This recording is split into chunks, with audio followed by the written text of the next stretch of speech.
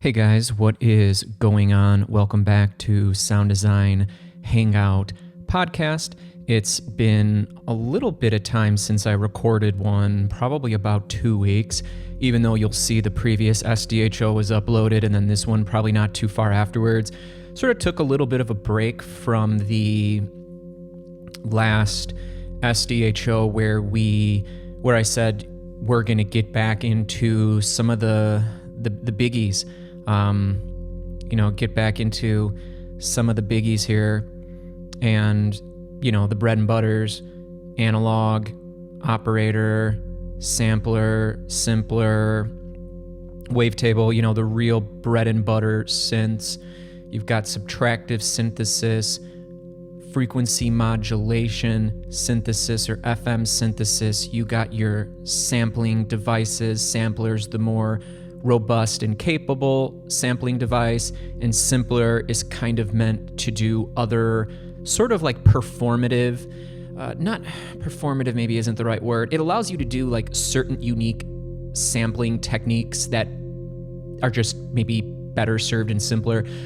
Everyone who has in Ableton Live, I think like every version gets simpler, but you have to like upgrade to get sampler.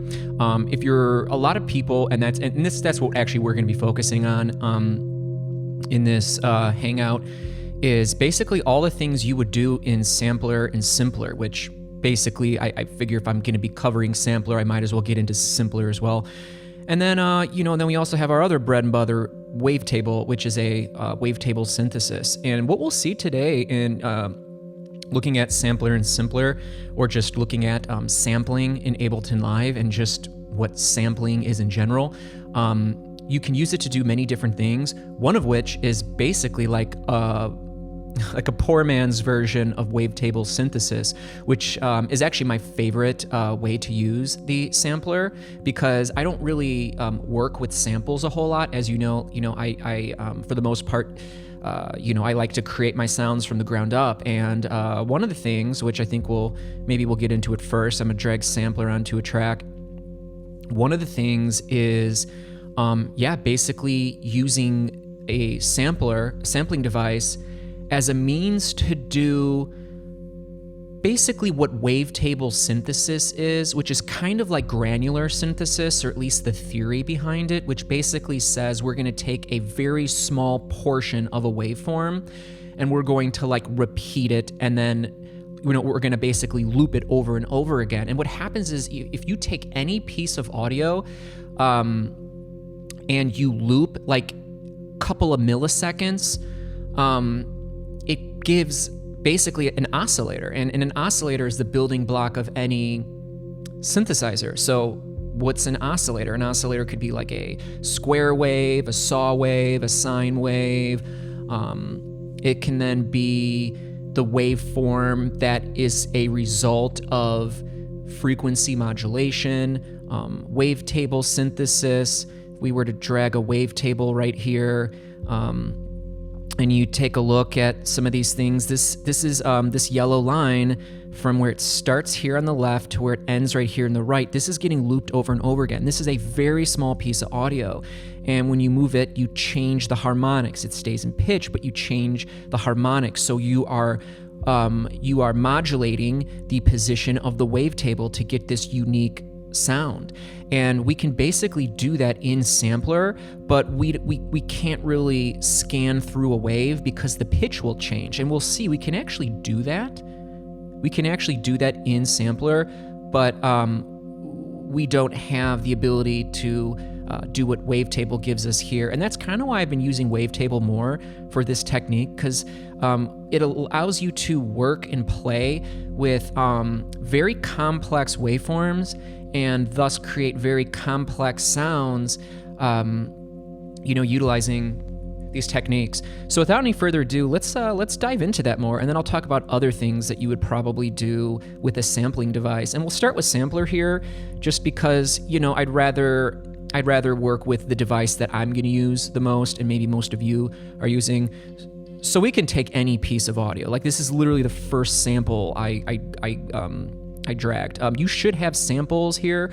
These are basically all samples that just kind of come with Ableton Live. Even if you have like the most basic version of Live, they're going to give you samples and you're going to throw them into Simpler. But for people who have the full version, yeah, you'll have all of those and you'll have access to Sampler. So we're going to start with Sampler first. I always throw a limiter.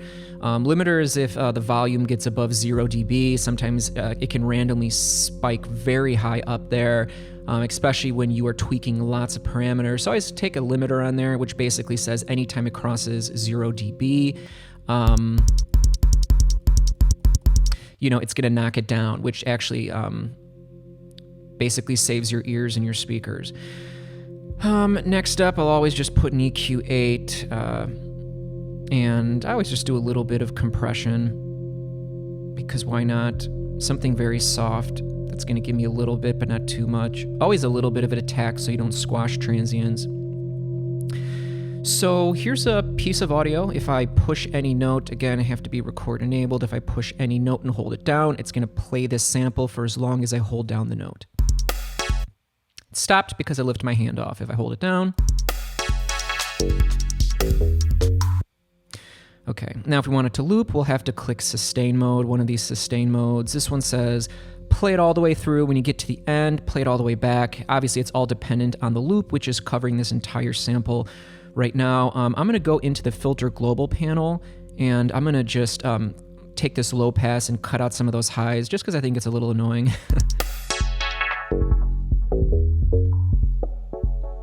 Now, I wanted to show you something. If we come over here and we do high pass, if you watched my last video, I said that I don't have as much of a need for a high pass filter unless I'm working with more like shorter percussive sounds. But I did want to let you know another common use for and by the way, I just put a filter drive on here just because why not? You can give it a little bit of filter drive. It just colors the sound. So a use for the high pass filter, which says let all of these highs pass up into this amount. So we're letting more and more pass. You get this kind of effect. I think you hear it a lot in like dance music. So you slowly bring it in.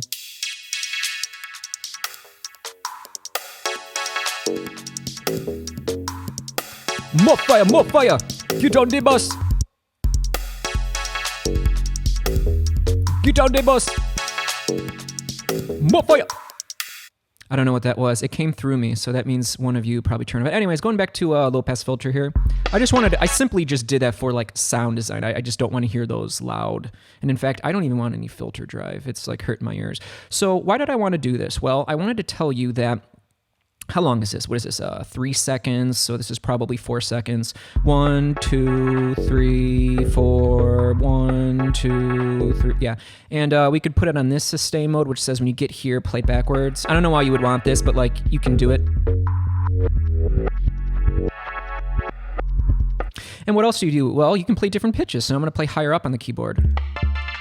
Now, when you play higher up, it does make it go faster. Lower.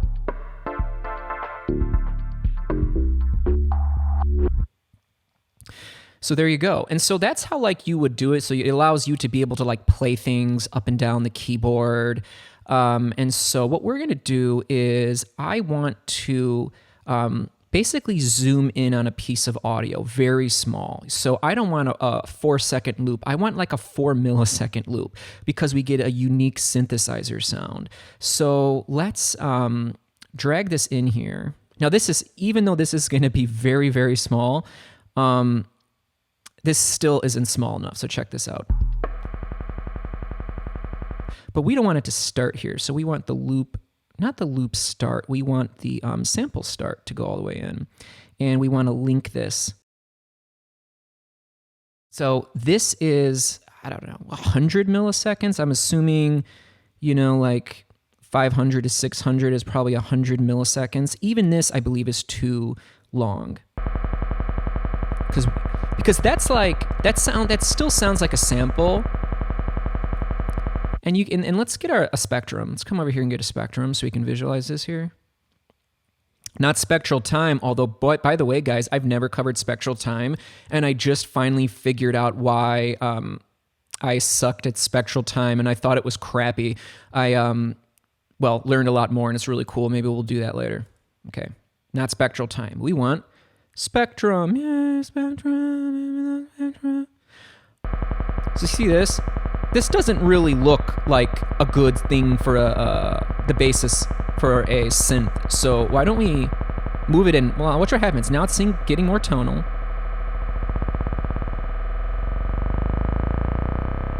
Notice how there's more harmonics. We've got this big, beefy, subby boy right here, but I want more harmonics. I want these to be shooting up here, you know what I'm saying? Now look at all these harmonics. So what are we getting here? It's an A sharp. And look at all these, like a good harmonic profile.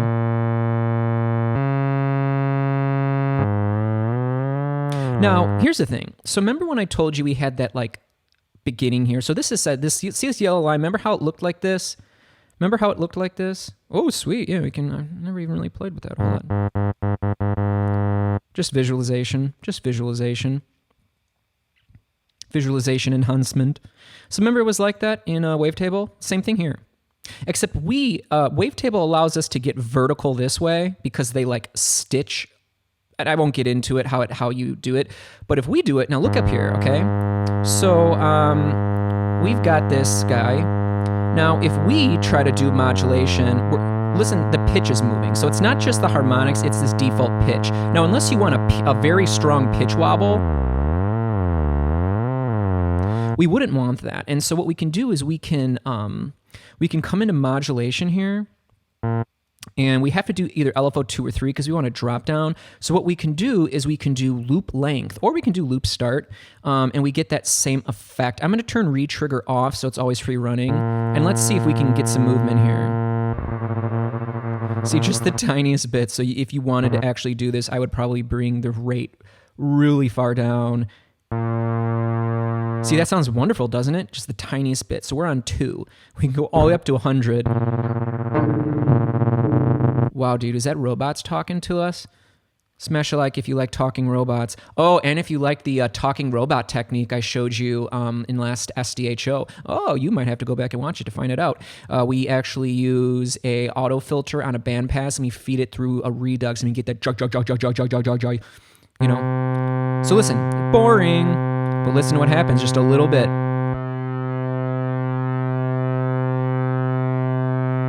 Why? Because what it's doing is it's moving the loop start. So it's moving this very slowly. Remember we were moving the loop end? It does the same effect, but we can't LFO the... Now, you might say, well, why don't you just use the LFO? Well, I actually don't know if we can modulate that. Let's take a look if we can modulate loop start or loop end. Let's go and drag the LFO here. See if we can do it. You can't map everything. So if we go to loop end, yeah, see, nothing's happening. What about loop start? No, you can't. But if you were to, like, let's say do volume, I don't know if you would, it'll do it. See? Oh, that's weird. You click map, detune. That's weird. Maybe you can't LFO map anything on here. Because if we go to filter and we click this, yeah. But you can't do it with everything. Which is why you still have some use for these inbuilt LFOs. I'm going to leave this here because why not? So here's what you would do. Because, you're playing a D, but maybe you're not playing a D on your keyboard. So right now, this is saying the root is C, and I'm going to play a C right now.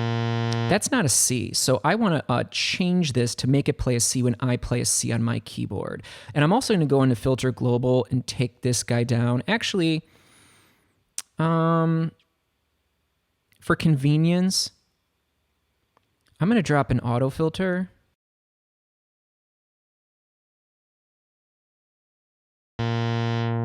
Just get some of those nasally ones out of there. We'll come back and do some of that later. Okie dokie. So we got our modulation. Now it's actually moving between the stereo field, because if you see it like here, I think there's just like more left speaker stuff. That sounds, wow, sounds nice. So what would you do? Well, we can, as we saw, do a little bit of movement here, because if we do any more modulation, you know what I mean? Like, unless that's the sound you want, and if it is, all power to you. But I want this. So, okay, so right now, moving back, sorry. I want this. Oh, wow, it's a C note. It gave us our C note, so we're playing it. Okay, cool. And then just in case I want to play it higher up quickly, I'm going to just drop a pitch and shift up arrow.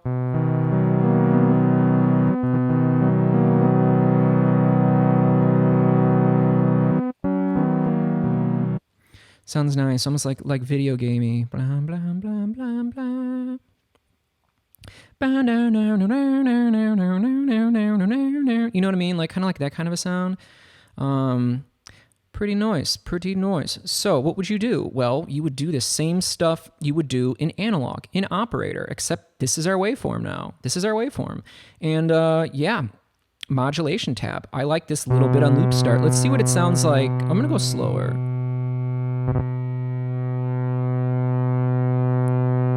But notice how it's staying in pitch. In fact, let's drop a tuner on here. Go to audio effects, drop a tuner. Now I want it on 432 because I'm all hippied out. Smash it like if you all hippied out and you know about that. What?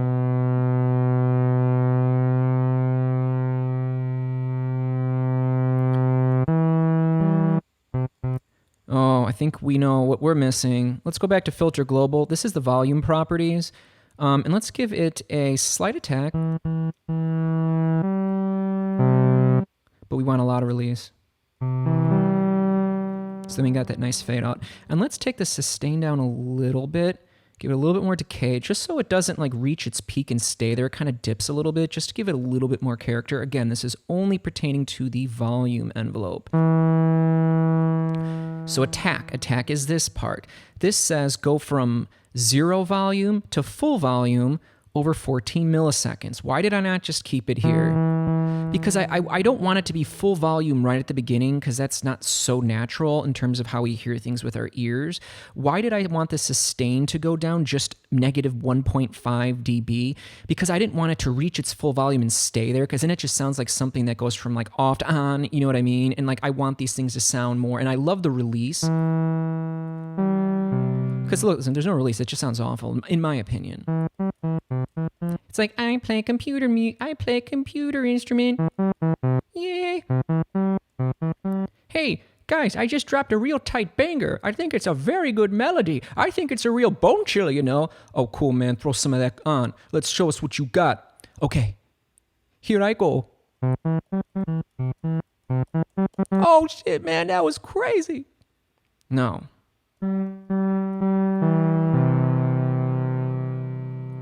Wonderful, wonderful, wonderful. So what else could we do? So right now we are modulating in a very way where we are manipulating what this oscillator sounds like. And it's giving us something very similar to the oscillator detune that we were doing in analog when we did our advanced analog deep dive last SDHO. And now we're doing our advanced deep dive of basically sampling. So what would you do? You would do the same stuff. It's a very bright waveform, as I've said. So why don't we come into here and let's turn on this LFO, click map, and click it to frequency. That's too much. Too much. Turn down the depth. It's too fast. See this 1 hertz? It's too fast. Too fast for me. By the way, if you hold shift, you can hold shift while you turn it down. You get much slower. I'm going to turn the offset up to make it go up a little bit more here. I'm going to turn the depth way down, the rate way down. I'm going to put a little bit of a jitter so it isn't too predictable, isn't too smooth. And then what I'm going to do is I'm going to come into here, into this filter, and I'm going to switch it to notch filter. So now I got this wonderful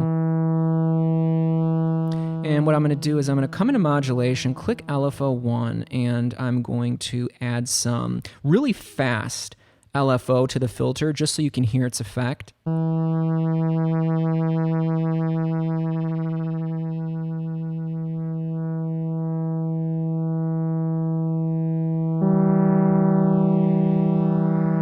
See what the tiniest bitch on pitch will do, even though we already have pitch turning a little bit. And I'm going to take this LFO2 and I'm going to route this very slow frequency to the rate of here to give it like a little bit of like a jitter like we did. And you might not hear this effect, and I don't really want it to. Sometimes they say the best modulations are ones that you can barely hear, that you only really hear when you turn it off, because it's supposed to be subtle.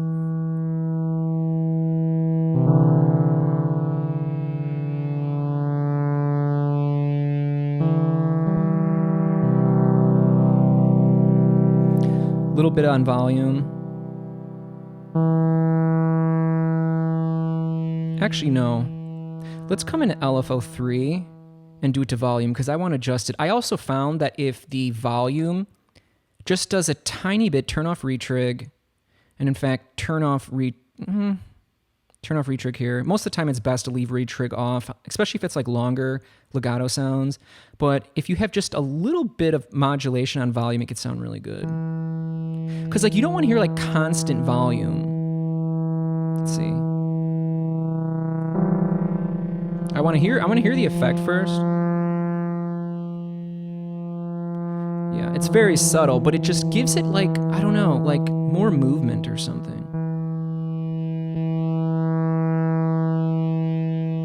It's pretty cool. I'm not putting any of this LFO on the pan, which is like stereo, left to right,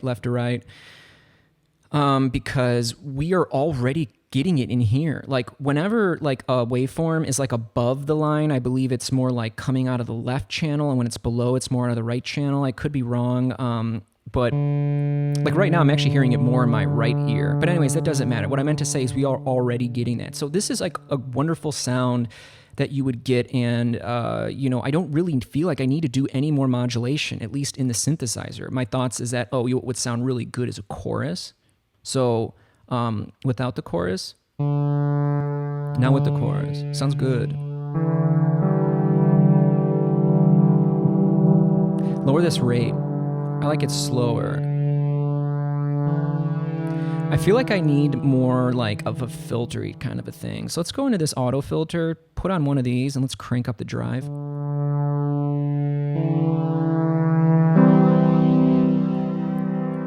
Wonderful, wonderful. Let's double click back on this. Let's take the pitch down. So right now you got some nice chords. Take the pitch down. Normally you wouldn't have so much chorus. Normally you wouldn't have chorus on the bass frequency, so you might want to come into the chorus device and then turn this on. So it says basically the chorus doesn't affect anything under this amount. See, that sounds a lot better than this. Just tightens it. Okay, so what are we doing here? Let's temporarily close Spectrum, and let's now open up another track. So let's come into instruments here, and let's drop our friend sampler again. And this is another reason why you would use sampler. So before, we were really using it because we just wanted a very interesting, complex waveform. So we could get some really cool, unique sounds, because we just want like a really cool synthesizer sound that we can then create some like cool chords or some nice ambient music with. So the other thing is if you want to like have drums, you know what I mean? You play drums from these samplers. Otherwise, you would just throw them into an audio track and arrange them on the timeline, which is something that, you know, that was kind of like the older way of doing it. So if I go into samples here, and I just click, I don't know, snare, or I'll just do percussion. I'll just do perc, because I want an unusual sounding thing. I think I'm gonna, let's see. Ow, that really hurt my ears. How dare you?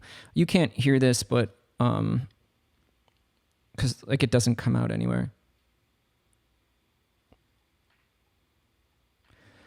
Okay, so we have this, and so these are just different samples we can do. So I'm just going to play it. Now I have to play it at C3. That will play it back at normal, the normal playback rate of the sample, so it's not being sped up or slowed down. So this is what our sample is.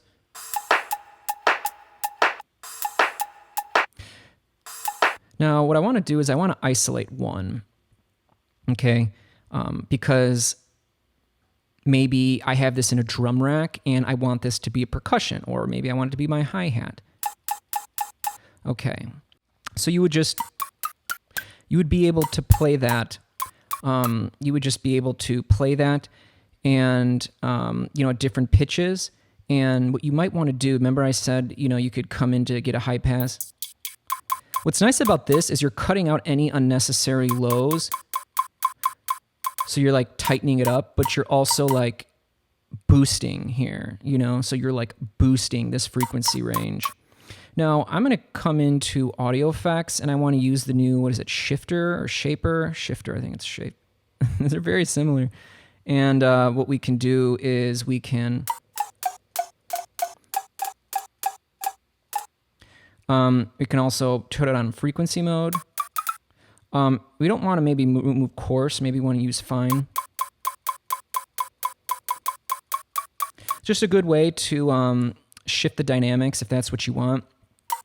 So this was another way that you could use sampler. Typically if you are, just, and you can do other things as well. Like you can come into pitch oscillator and turn this oscillator on. And now we're giving like FM. So like that sounds a little pedestrian, but if you turn up the volume, now that sounds bad, but once you bring the decay in, you'll hear what I mean. It just gives it like a different sort of like a character.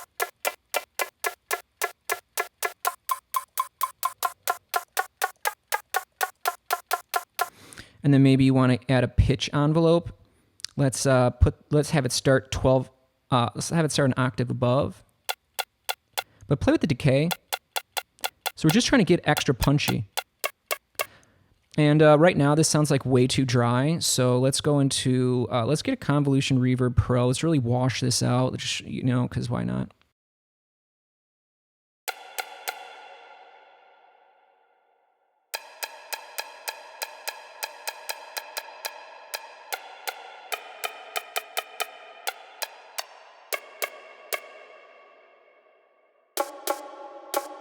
I just took the transposition down.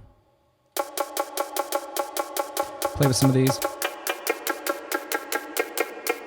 So we took something and if you wanted to go back up to that higher amount, you can just do that. Already sounds so much better. And then of course, you can still go into here and play with the volume envelope.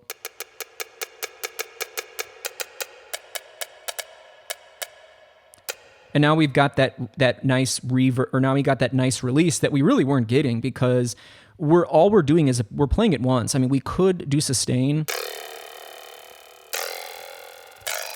and that's good for like sound design stuff. So that's cool. I mean, you can take this whole thing. Click on this title bar, and then shift click, and push Command G. And what we can do is we can open up another MIDI track, go into instruments, and we can drop a drum rack. And I'm going to move up here to C3 because that's the notes I'm playing. So I'm going to go into here into this instrument, drag this, okay, and then drop it down on E3. So every time we hit E3, you got to make sure this drum rack track is enabled.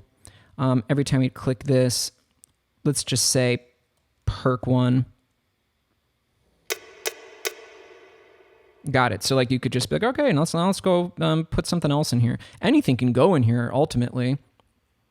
So if we open up another MIDI track. And this time, yeah, we're going to just do the same thing, except this time, because I did promise we would also do simpler.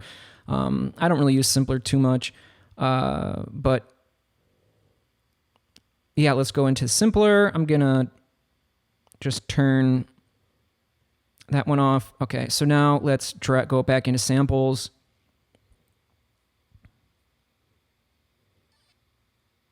So like here's a like a weird synth sound.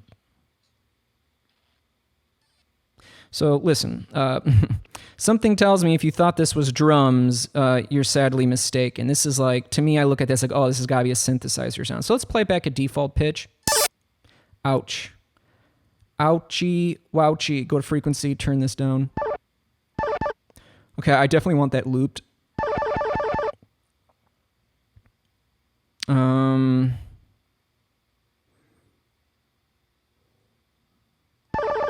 So now it's going to loop in this part. But I want there to be like a fade. Yeah. And let's drag the length out a little bit. Bring the fade in.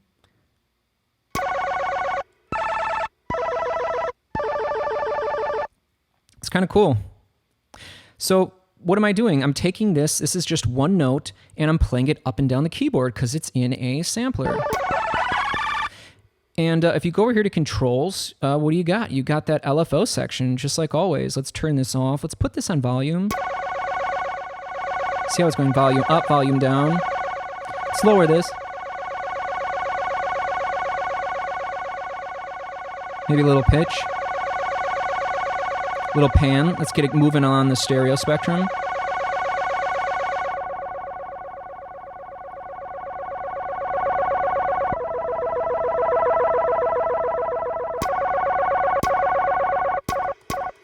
And listen how unique that is. If I punch it, I get like a little punch, kind of like you would with any other type.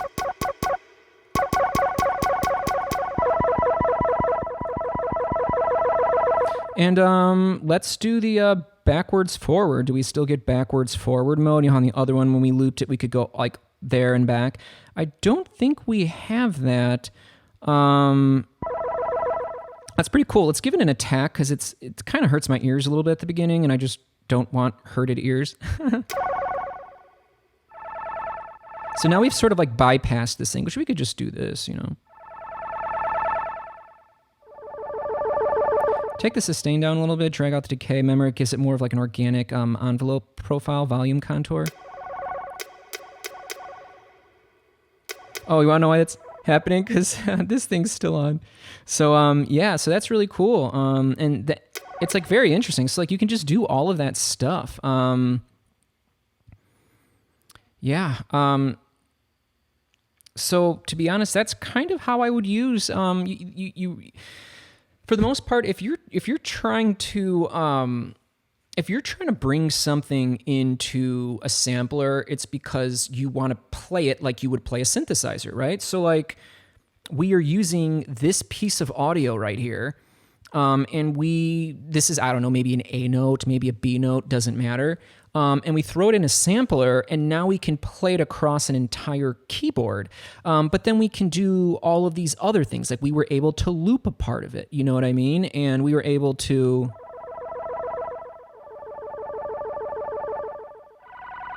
Now someone out there said, hey, I want to know what it sounds like when you pitch that shit down. Okay. Go to transpose here.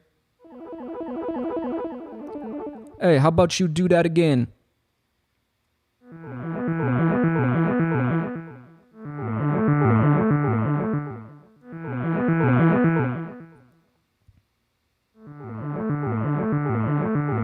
So this one, what if I went to sample and turned off loop? Yeah, you don't really get a release unless you put the loop on here. Well, I learned something. So that's the thing, you know, every time you work on it, you like learn more. And if you wanted, you know, you could come into here, you could drag and go to drum rack and drop it down here. And then you can play. I'm going to turn this off though.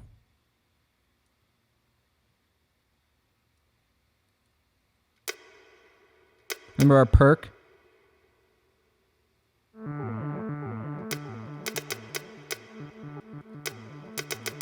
So meaning like you could just create weird drum racks, you know what I mean?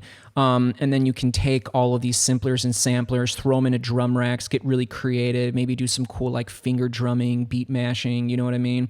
And other kinds of weird things. So really just wanted to show you, simpler and sampler, you're really doing like the same stuff basically.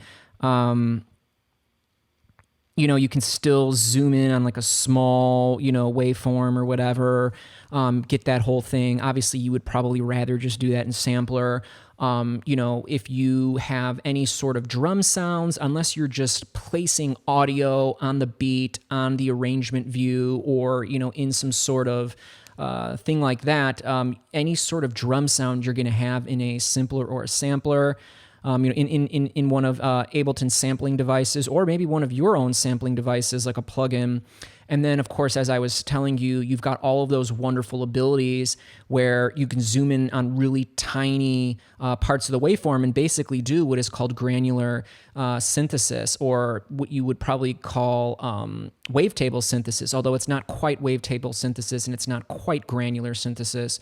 It's, I believe, coined or termed as transitional synthesis, and that encompasses all of those techniques. And I'm getting that from Sound on Sound.